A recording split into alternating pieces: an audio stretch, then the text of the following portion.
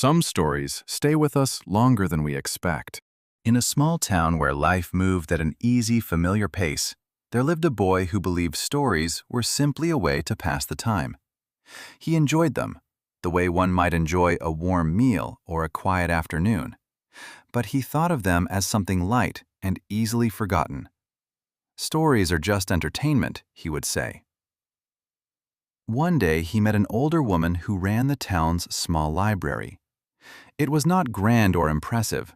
The shelves leaned slightly, the chairs creaked, and the books carried the soft scent of years gone by. "Why do you keep all these stories?" the boy asked. "Most of them are about things that never even happened." The woman smiled. "Stories don't always need to happen to be true," she said. The boy didn't understand, so she told him to choose one book, any book, and take it home. He picked one at random. It was about a traveler who crossed a difficult sea using only a map drawn from memory. That evening, the boy read about fear, doubt, and the quiet courage it takes to continue when the way forward is uncertain. When he closed the book, he expected the feelings to fade, but they didn't. The next day, when he faced something small but difficult, a conversation he had been avoiding, he found himself remembering the traveler. Not the sea, not the journey, but the courage.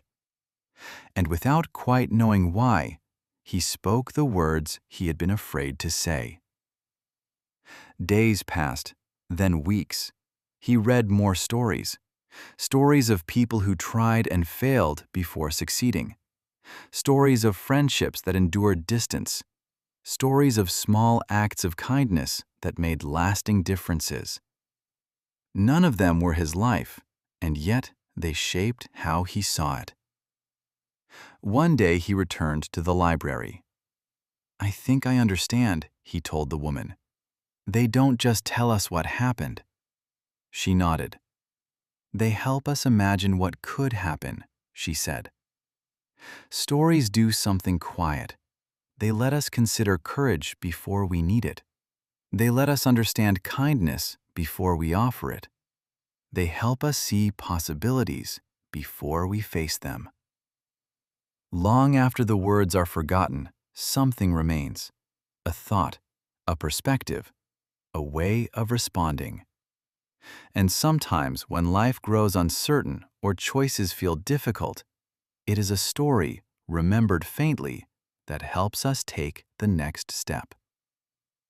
Perhaps that is why stories matter more than we think, not because they entertain us, but because they quietly shape who we become.